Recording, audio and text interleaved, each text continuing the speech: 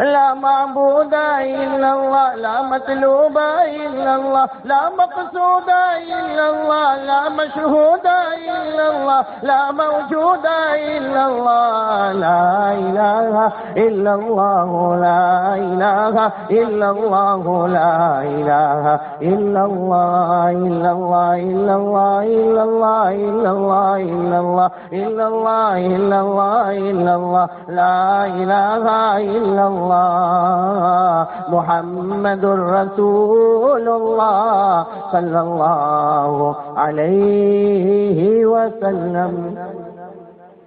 میرے دوستو، آج یہی دو بات آپ کے سامنے کرنے جا رہا ہوں، لا الہ الا اللہ اور محمد الرسول۔ ماشاءاللہ آپ لوگوں نے ذکر کیا، ہم نے ذکر کیا، اور یہ اس کا احسان ہے کہ وہ ہمارے پاس ذکر کرواتا ہے۔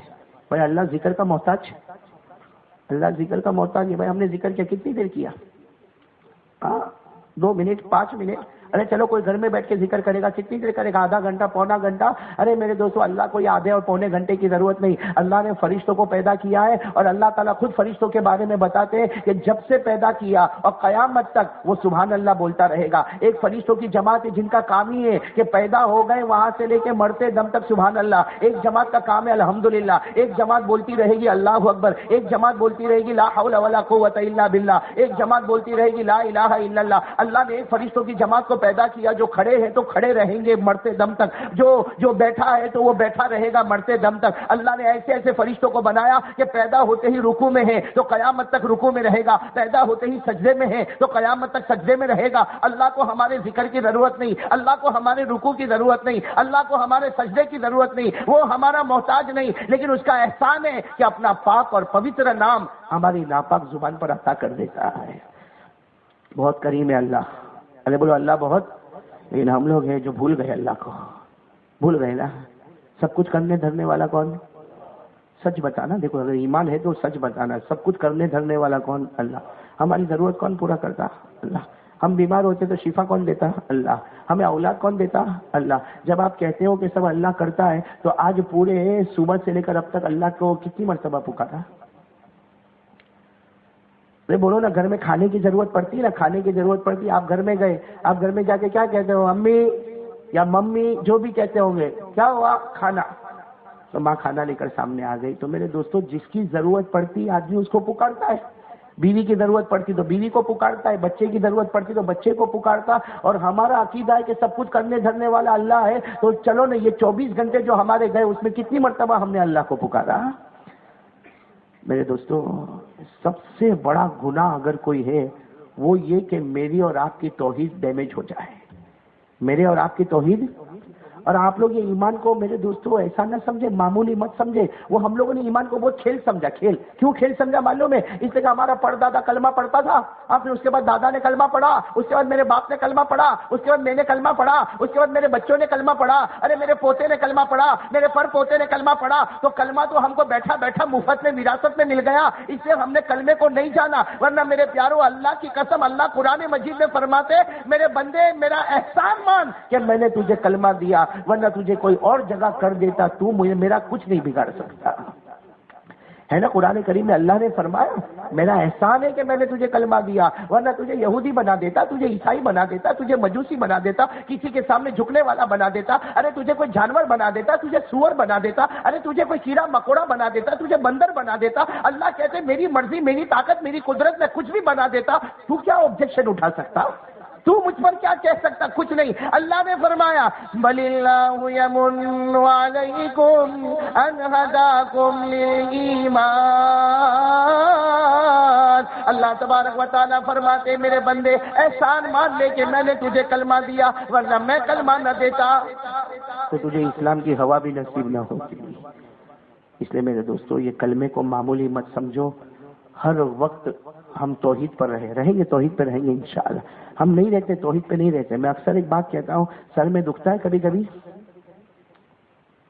ارے ہم کو کبھی کبھی سر میں دکھتا ہے نا، دکھتا نا، سر دکھتا نا، کیا کرتے ہیں ہم لوگ؟ کیا کرتے ہیں؟ دیکھو میرے کو سر دکھے گا نا، یہ تھوڑی دیر چلتا ہے، ہاتھ سے دباؤں گا، پھر کسی کو کہوں گا بھائی سر بہت دکھتا، اب تو گولی کھانا پڑے گی، اب تو گولی کھانا پڑے گا. اور ڈبہ رہتا ہی ہمارے گھر میں, پھٹ کر کے نکالا, ڈبہ کھولا, اس میں سے ٹیبلٹ نکالا, یوں منہ میں ڈالا, پانی پیا, آدھے گھنٹے کے بعد اس کو پوچھا بھائی کیسا ہے, ہاں وہ گولی کھایا نا ابھی تھوڑا آرام ہو گیا.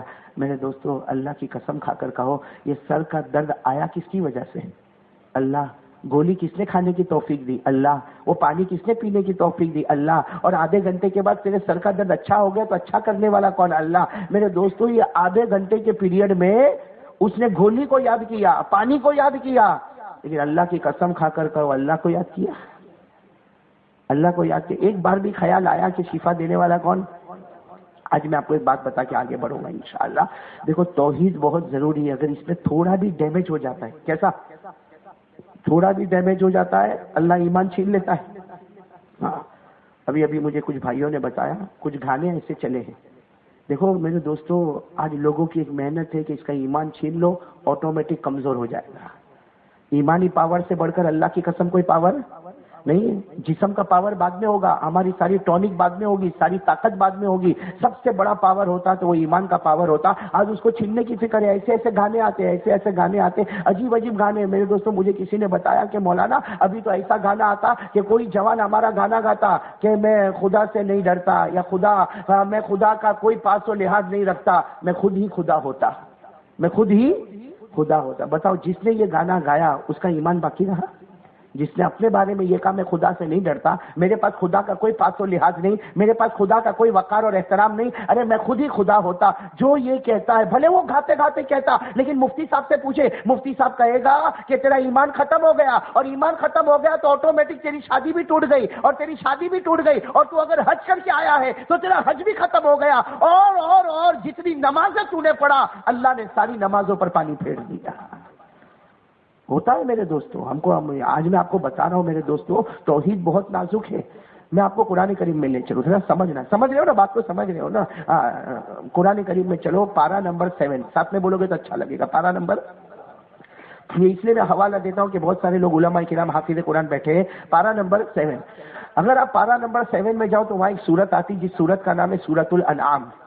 سورت کا نام کیا ہے؟ سورۃ الانعام. اس سورت میں اللہ نے آدھے پیج میں, اونلی ہاف پیج, اللہ نے آدھے پیج میں 18 پیغمبروں کا نام لیا ہے. کتنے پیغمبروں کا نام لیا؟ آپ ساتھ میں بولو گے تو اچھا. 18 پروفیٹس, یعنی 18 پیغمبروں کا نام اللہ نے. کون سے پارے میں؟ 7. سورت کا نام کیا ہے؟ سورۃ الانعام. یہ اس لیے میں کہہ رہا ہوں کہ آپ بھی گھر جا کے قرآن کریم اٹھا کر دیکھیں نا, اللہ تبارک و تعالیٰ نے 18 پیغمبروں کا نام لیا, 1-2 کا نہیں. اللہ تبارک و تعالیٰ نے 18 پیغمبروں کا نام لیا, اور نام لینے کے بعد اللہ نے 18 پیغمبروں کی تعریف کی, اور اللہ نے تعریف کی, اور تعریف ہونی بھی چاہیے اس لیے کہ پیغمبری کے عہدے سے بڑھ کر کوئی عہدہ. لیکن اللہ نے 18 پیغمبروں کو جو کہا نا, جب ہم سنتے تو ہمارے بدن کے بال کھڑے ہو جاتے کہ اللہ جب ان کو کہتا ہے تو میرا اور آپ کے ایمان کا کیا ہوگا. کتنے پیغمبروں کا ذکر کیا؟ میں پڑھ رہا ہوں, آپ سنو گے نہیں انشاءاللہ. آپ کو پڑھنا نہیں, آپ کو صرف انگلی پر گننا ہے. ہم کو 18 پیغمبروں کا نام گننا ہے, گنو گے نہیں انشاءاللہ. دیکھو میں قرآن کریم کی آیتیں پڑھ رہا ہوں. پارہ نمبر 7 سورۃ الانعام. اللہ نے فرمایا وَتِلْكَ حُجَّتُنَا آتَيْنَاهَا إِبْرَاهِيمَ عَلَىٰ قَوْمِهِ. کتنے ہوئے؟ کون ہوئے؟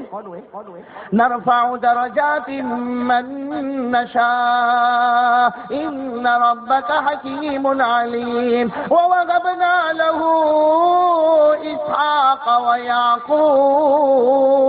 بولو کتنے؟ آپ بولتے جاؤ گے تو اچھا. کتنے ہو گئے؟ کُلًّا ہدینا ونوحا ہدینا من قبل. کتنے ہو گئے؟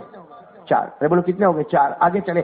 وَمِن ذُرِّيَّتِهِ دَاوُودَ وَسُلَيْمَانَ وَأَيُّوبَ وَيُوسُفَ وَمُوسَى وَهَارُونَ. کتنے ہو گئے؟ وَكَذَلِكَ نَجْزِي الْمُحْسِنِينَ وَزَكَرِيَّا وَيَحْيَى وَعِيسَى وَإِلْيَاسَ. کتنے ہو گئے؟ كُلٌّ مِّنَ الصَّالِحِينَ وَإِسْمَاعِيلَ وَالْيَسَعَ وَيُونُسَ وَلُوطًا. کتنے ہو گئے؟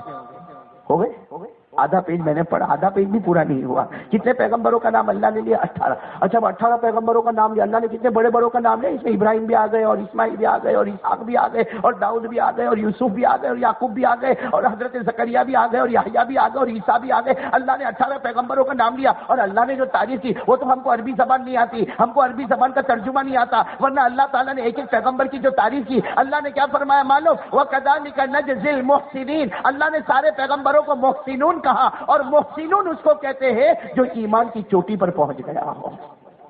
ایک تعریف ہو گئی، کہاں پہنچ گئے؟ ایمان کی